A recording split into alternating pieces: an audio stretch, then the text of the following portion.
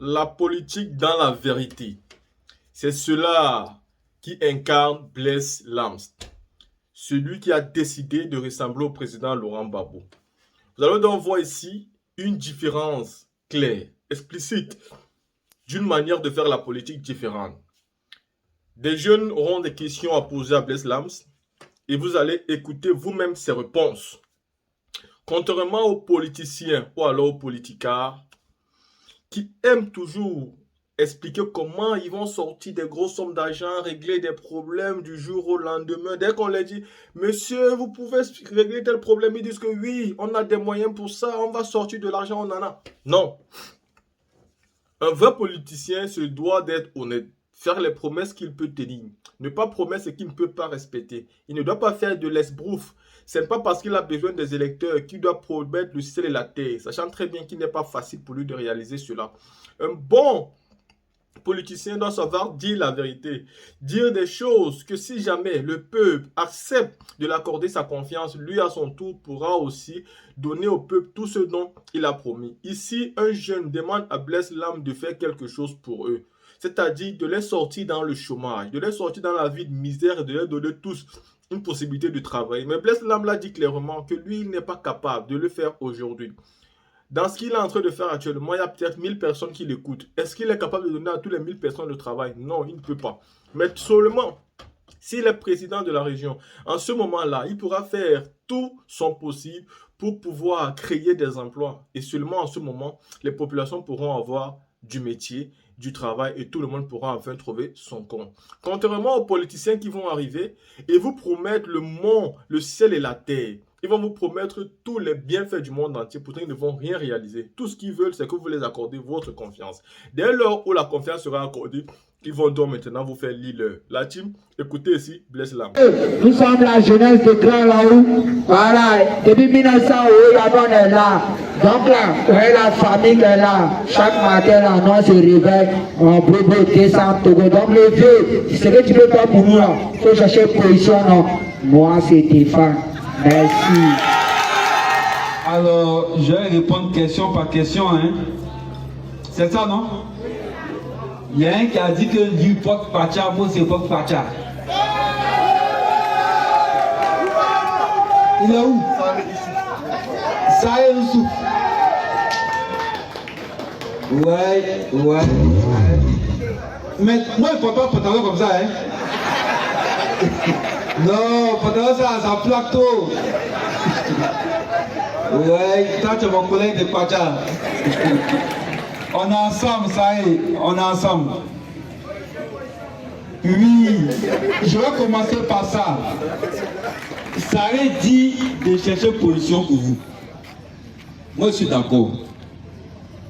Mais on cherche position à comment? Là, dans cette esplanade de la mairie, il y a 10 bâches qui ont été dressées. Si une bâche prend 50 personnes, il y a 500 personnes qui sont dans l'esplanade en ce moment-là. Et je pense qu'une bâche prend plus de personnes, non? Je crois que c'est 100 personnes. Donc, si c'est 100 personnes, donc il y a 1000 personnes en ce moment dans cette enceinte. Est-ce que j'ai la capacité ou la possibilité de donner du travail à 1000 personnes? Non, c'est même pas possible. Parce que je ne fais pas partie de la race des hommes politiques qui mentent. Parce qu'ils veulent un poste, ils viennent et ils mentent. Vous aurez beaucoup de reproches à me faire. Mais il n'y aura jamais mensonge ou de fausses promesses dedans. Moi, je ne ressemble pas à quelqu'un. Je ne ressemble pas à quelqu'un. Je ne ressemble pas à quelqu'un. Moi, je ressemble à Laurent Gbagbo.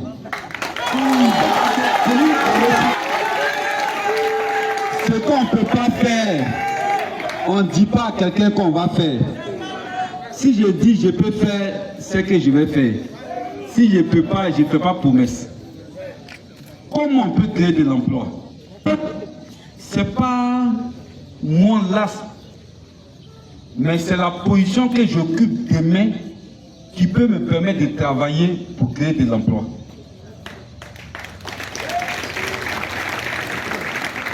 Je suis chef d'entreprise.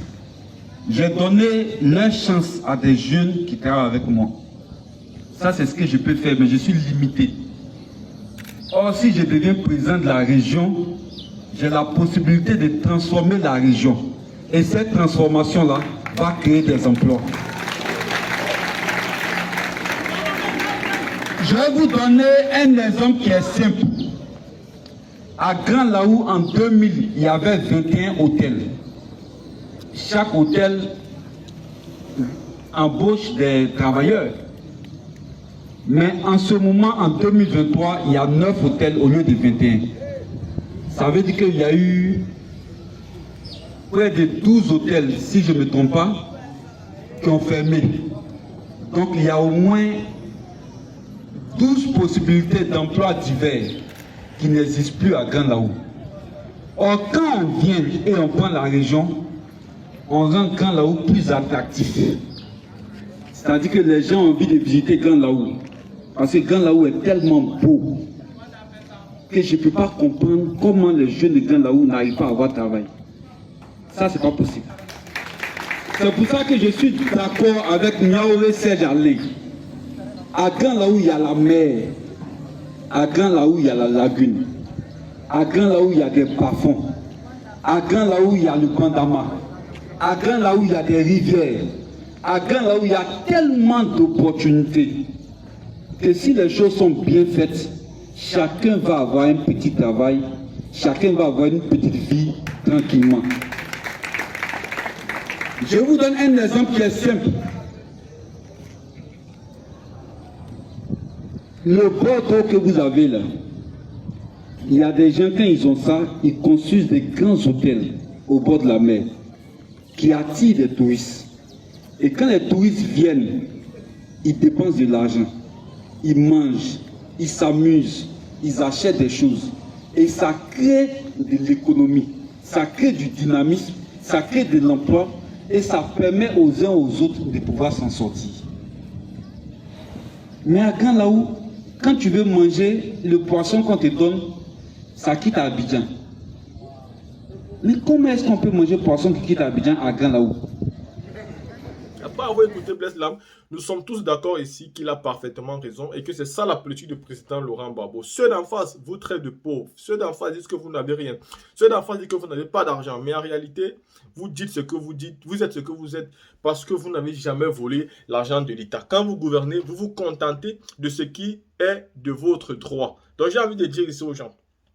Quand quelqu'un comme Michel Gbagbo dit être pauvre, vous écoutez les gens qui disent bah, tu n'es pas pauvre, tu touches 2,5 millions, ceci, cela. Bah oui.